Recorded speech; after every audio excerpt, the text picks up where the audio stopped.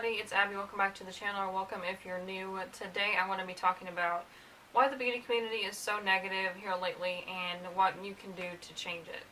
So if I look down, I've got notes so I stay on track and don't get on a rant.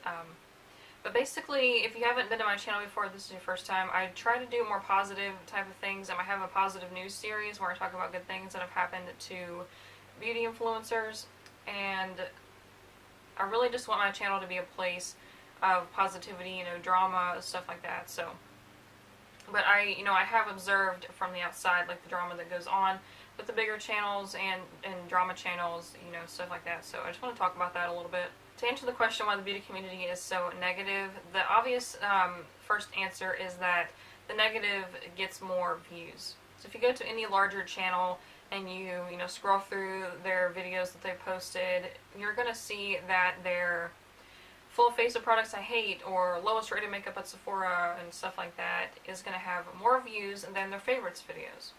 So, I mean, that's just kind of how it is. And sometimes people do like to see more negative product reviews, just because there's so much products coming out here lately that it's hard to keep up, and it seems like an easier way to go about it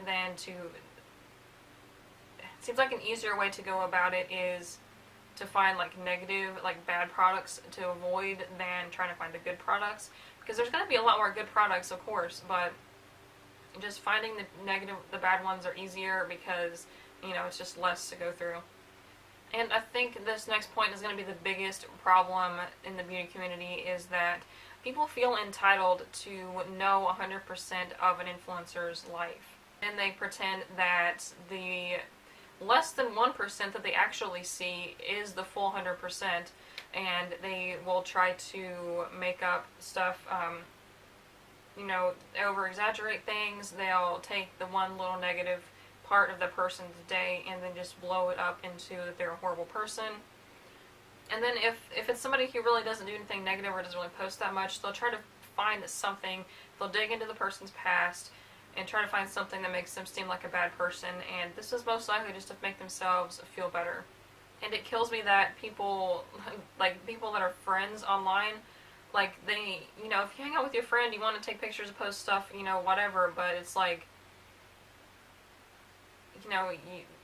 the public is not entitled to 100% of that person's life. So I'll get into that here in a minute.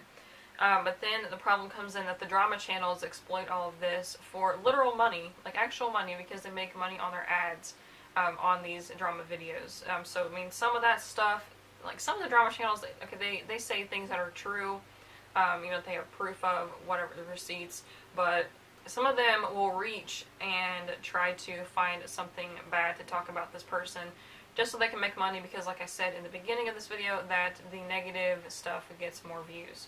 And I don't have to really sit here and explain every single bit of why it's so negative. I'm sure that you have seen it if you are on Twitter, or you've scrolled through the comments of a bigger influencer's video.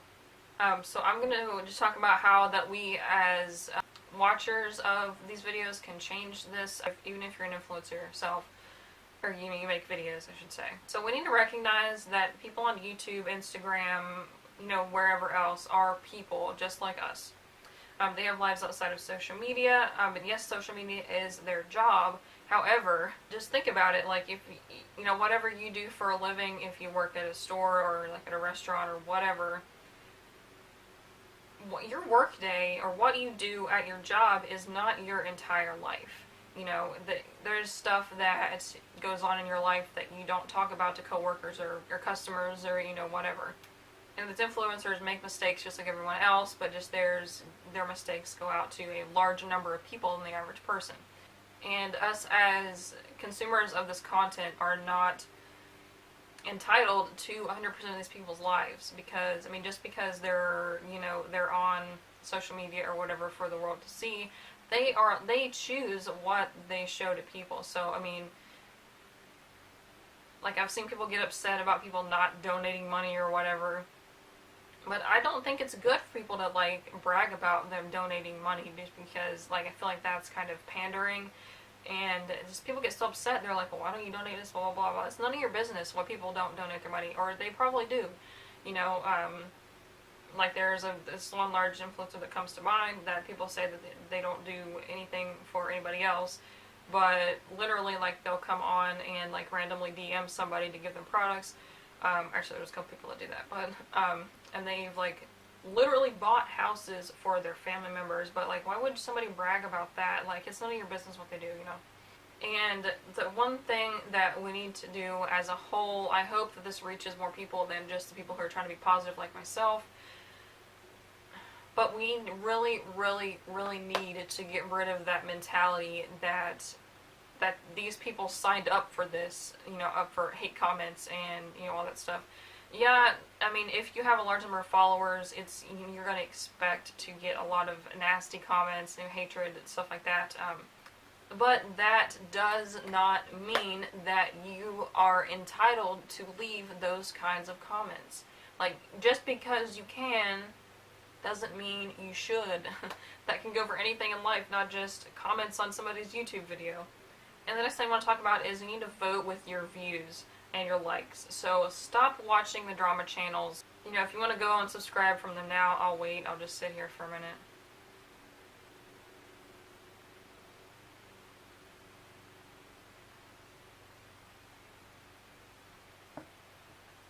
And even if you watch a video to go and leave a dislike, that person is still getting money from your view. They get paid per views, not, you know, likes and dislikes. Or like, if you dislike a video, it's not going to take away money from them.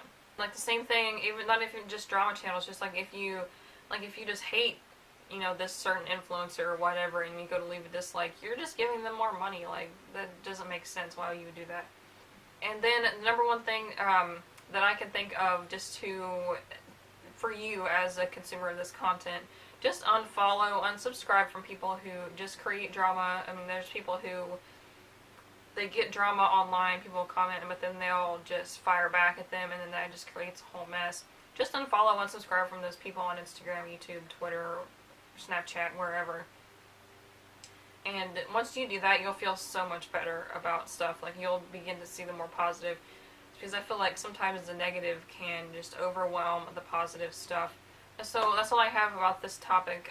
That was actually the most on track I think I've ever been. I think I'm going to start writing like notes for every video now. But if you like this video, give me a thumbs up. Let me know. Just because I really want to try to, like I said before, just foster a positive environment and kind of push out the negative and the drama. So definitely subscribe to this channel if you want to see more positive type of content. I do positive beauty guru news, so I just talk about good things that have happened to influencers and, you know, like collabs and milestones, all that kind of stuff. So if you're interested in that, subscribe so you don't miss those, and I will see you in the next video. Bye.